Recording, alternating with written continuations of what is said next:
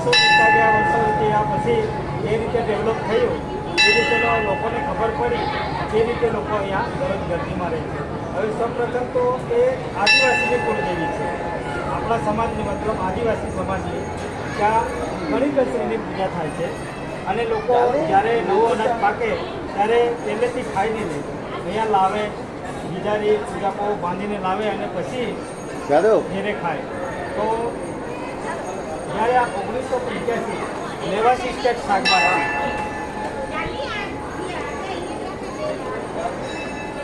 1985 જે રજવાડું હતું લેવાસી સ્ટેટ શાકવાળા, એ કુંવરજી ધનાજી ચૌહાણ એને સ્થાપના કરેલી હતી.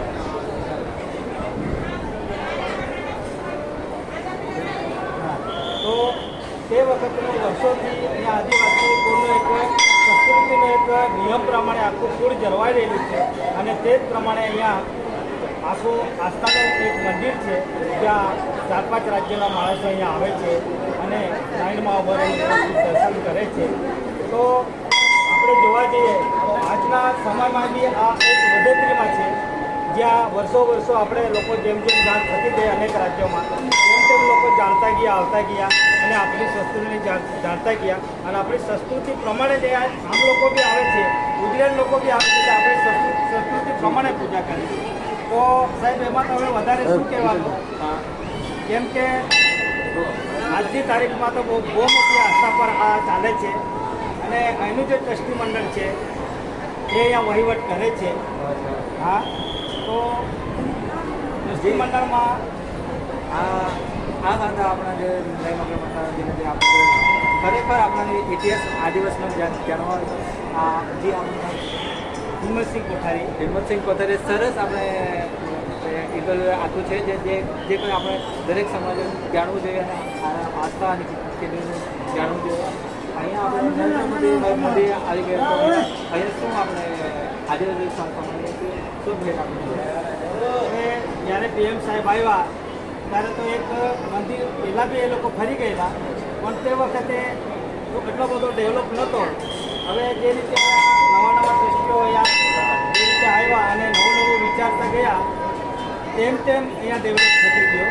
PM સાહેબ આવ્યા, અહીંયા આવીને આ આખો વિસ્તાર જોયો એણે, અહીંયા આવીને અહીંયા લાઈનમાં આવીને પછી એને દર્શન કર્યા અને લોકો જોડે વાતો કરી કે ભાઈ પહેલાં આવતો હતો અને તે વખતે આટલું બધું ડેવલપ નથી, પણ આ તમારો સમાજનો ગર્વ છે અને તમારા સમાજે એક રૂપિયા આપીને આટલું મોટું આસ્થાનું મંદિર બનાવ્યું છે, એ જ મોટી મહાનતા છે તમારા. એમ કરીને ધન્યવાદ આપીને દર્શન કરીને PM મોદી સાહેબથી દર્શન કરીને રવાના થયા હતા.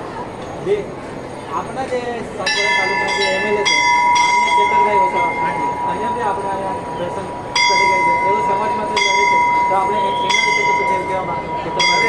ચેતરભાઈ એક આપણા સંબંધના એક સાચા નેતૃત્વવાળા એક સાચા ધારાસભ્ય છે. હજુ સુધી કોઈ ધારાસભ્યએ આ મંદિર પર કે આ પબ્લિક પર કોઈ ધ્યાન આપ્યું નથી. એક આપણા જેવો ગરીબ માણસ છે, એક નાના ઘરનો માણસ છે અને એને આપણા પર એટલો વિશ્વાસ જમાવ્યો છે અને ખરેખર નજરો સમક્ષ કંઈ બી કરે છે તો એ નજરો સમક્ષ કરે છે. તો ચેતરભાઈને તો અમે હવે હું તો શું કહું, બધા લોકો અભિનંદન આપે છે કે આવો ધારાસભ્ય 15 વર્ષ પહેલાં જોતો હતો તો આપણે અહીંયા કંઈ કરીને ઊભા રહેતા. ધારાસભ્યો ઘણા બધા ગયા પણ આટલો બધો ઇન્ટરેસ્ટ આપણા પ્રત્યે નથી લીધો. પણ આ એક ધારાસભ્ય છે એ સાચા નેતૃત્વવાળો, હિંમતવાન, બોલવાવાળો, કાયદાકીય વસ્તુએ જાણવાવાળો, સર્વ રીતે લોકોને માહિતી આપે છે અને આપણા લોકોને તૈયાર કરે છે અને આજે જે કંઈ લડે છે એ સાચી વસ્તુ પણ લડે છે. મારા તરફથી ચેતરભાઈને ધન્યવાદ છે, મારા તરફથી આશીર્વાદ છે કે આવા આપણા સમાજ માટે કામ કરતા રહે. માતાજી એમને આશીર્વાદ આપશે. એક છેલ્લો પ્રશ્ન, જે આપણા જે આજના સમાજનો જે યુવાન છે જે ખોટા ગાળું જે અણગણપતિ સમાજ છે, જે લગ્નમાં આપણે ક્યાંય પહોંચી જતા છે, જે સમાજના વડીલો અવરનવરને કપલ કરતા રહે છે, એ સમાજ માટે જે યુવાનોને આર્મી જરૂર છે તેની તો ઘણી વાર અહીંયા બનાવ બને છે કે છોકરાઓ અહીંયા માતાજીના દર્શને આવે છે, જૈન પાર્ટીમાં નાચી ગઈને કાઢીને બેસે રસ્તે થાય છે. આપણા યુવાનોને આપણે શું સંકેત કરવા માંગે? હવે અમે તો એક સંકેત આપણા સમાજને સૌપ્રથમ કરીએ છીએ કે એ તો મૂળ પાયામાંથી મા બાપે સમજાવવું જોઈએ કે અહીંયા આવો, આ એક આપણું આસ્થાનું આપણું એક કુળની વસ્તુ છે, જ્યાં અહીંથી આપણું કુળ ચાલે છે અને એની પૂજા વગર આપણે કંઈ કરી શકતા નથી.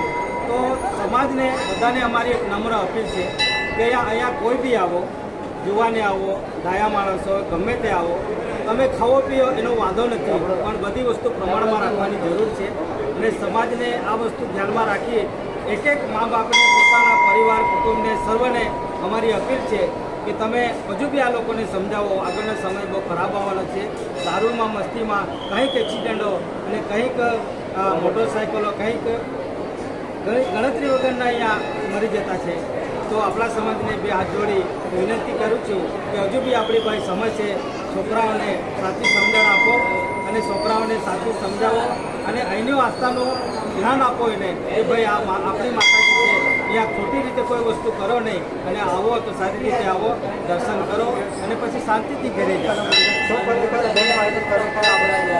દૂષણ છે ખાલી સમાજ આવ્યો સમાજ બેન પાર્ટી બેન પાર્ટી એક દૂષણ એટલે એક આ મોજ શોખની વસ્તુ છે અને અહીંયા સૌપ્રથમ તો પહેલેથી આવી વસ્તુ કોઈ નહોતી. આ તો ચાલુ મોડર્ન જમાનામાં હા એનો ઉપયોગ કરે છે લોકો. વસ્તુ હું પણ એને માન્યતા નથી આપતો, કેમ કે જ્યારે બેન પાર્ટી આવે છે ત્યારે હદ વગરના યુવાનો અહીંયા આવે છે, ખાઈ પીને નાચીને પછી તોફાનો કરીને કોઈક વાર તો પોલીસવાળા જોડે બી ઝઘડવાના તૈયાર થઈ જાય છે.